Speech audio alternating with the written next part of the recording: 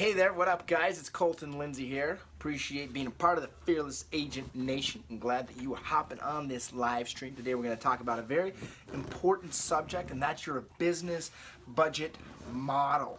Okay, and why is this important? Well, more than likely you're either stealing from yourself, or worse, you're giving money away that you don't even need to give away. Okay, so I'm going to share with you guys a few tips that will help you manage your money more properly.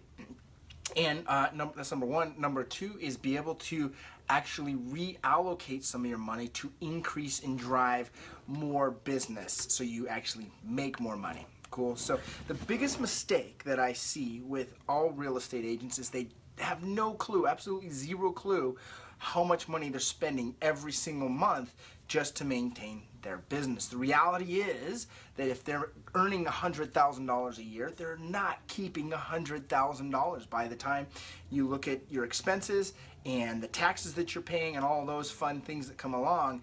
You'd be lucky to end up with maybe $50,000 to $60,000 of that $100,000 in revenue. Okay, so as you guys hop on, whether live or recorded, make sure to post comments below and or questions, and also put where you're from. We want to know your location, absolutely. I had a great weekend with my inner circle real estate hustler mastermind partners, and Cody Barton, who is a fearless agent and a mastermind partner of mine. One of the things we did with his budget model is we actually created one, number one, and number two is we identified where he was wasting money. And he found, and even though it doesn't sound like a lot of money, found he was wasting about $100 a month on one particular category, which is $1,200 a year. What would you do with an extra $1,200 a year? Would you be excited to have $1,200 more just for nothing, or would you be bummed to have that $1,200? My guess is you'd be pretty excited. But now what if you could take that $1,200 and spend it differently in such a way that it generates you another deal or two to where you're actually making another $10,000, $15,000 a year? Would that help you? Okay.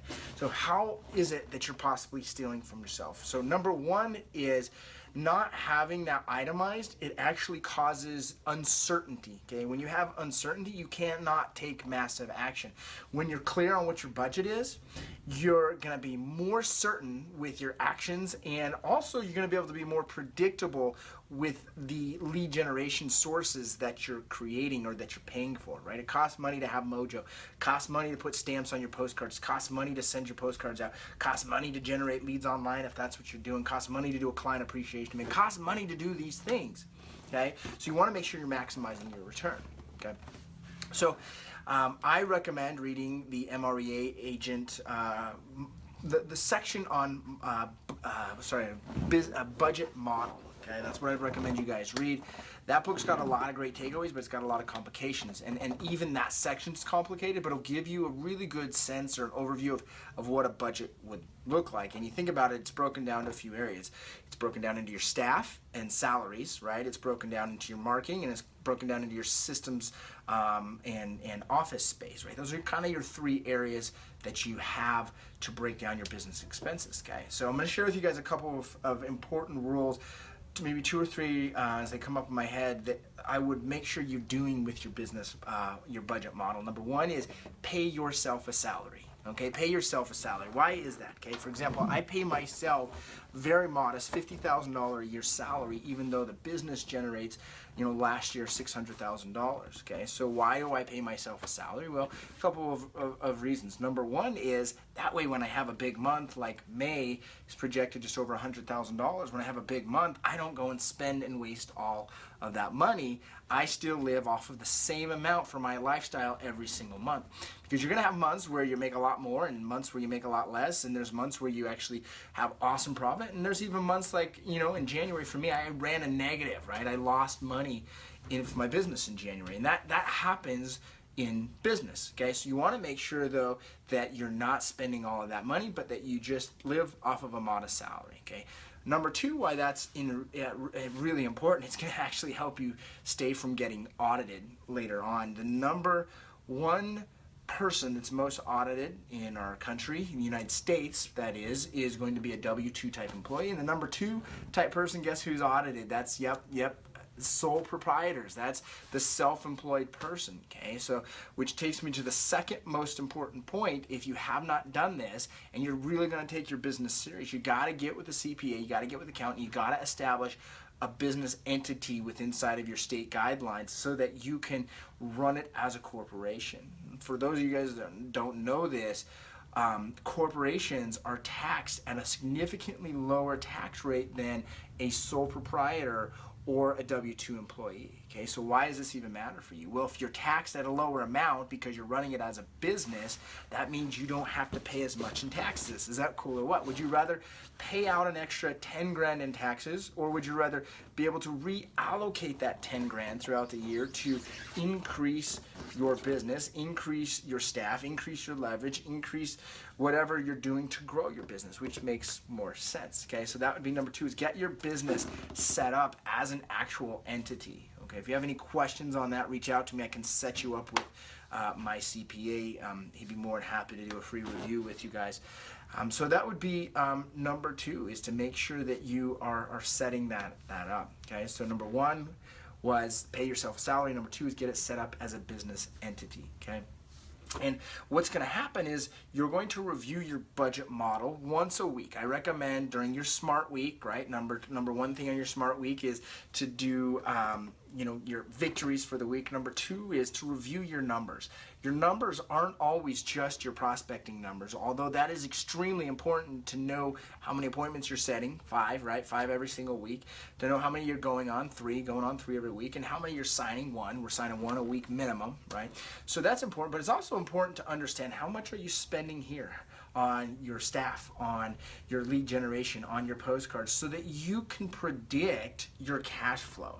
Okay, the rule number 1 for any business owner is don't blow your cash.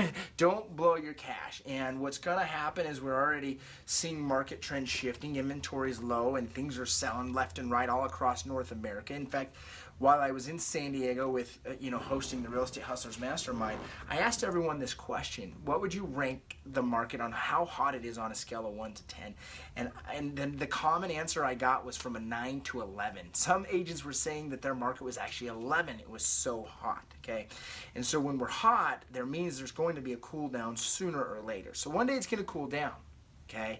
So the problem is how do you know what expenses to cut out when the market shifts? Because when the market shifts, revenues will typically go down because transaction sizes go down. However, you don't have to be a part of what everyone else is doing if you know your itemized budgets, right? If you know what things to cut or where to shift, right? For an example, I was spending $250 a month last year on Vulcan 7. This year I'm not spending that money, right? I reallocated it and I'm spending it on a different place, which is called Home Values, myutahhomevalues.com, and generating a different lead source. Why did I do that personally? Because I saw the inventory was shrinking, which means there's going to be less expireds. FSBOs were selling quicker because of the market. I saw that ahead of time and I said, well, I still got to generate leads. So we shifted where we were spending that money. Hopefully that helps you out. So if you have any questions about budget, you can reach out to me. Really is not a lot of what we teach in Fearless Agent. How is it extremely important that you are running a budget model, okay? And what you'll find is when you're doing that, you're actually able to do some cool stuff as a business owner, such as have a retreat in Costa Rica, part of the President's Club, right? So now all of a sudden that expense, going to Costa Rica for a retreat, becomes an expense from your business, which now is not taxed, right? See, the difference between a business owner and a self-employed person is self-employed person does everything after they pay the government taxes, okay? A business owner does everything and then pays taxes on what's left. So it's all about how can you not only increase your top line revenue, but how can you increase that bottom line, the money you get to actually keep and spend for your life and your lifestyle. Appreciate you guys being part of the Fearless Agent Nation. Go ahead and sign up at fearlessagent.com. Congratulations, we had 4 new students sign up yesterday alone. It's only the first day of the month, and that's usually how it goes. We get a lot of people signing up, so we're excited about that. If you have questions, let us know. We'd love to help you out. We'd love to support you in any way. Make sure to like, comment, and share below where you're from, any questions you might have. Adios. The goal is to remember to generate 5 appointments every week, go on 3, sign 1. That should be the main focus. and increase that number by leveraging other stuff off of your plate. Hopefully that helps you guys out. If you have any questions about leveraging, where to start leveraging, I can give you a few bonus tips as well just as it's coming up.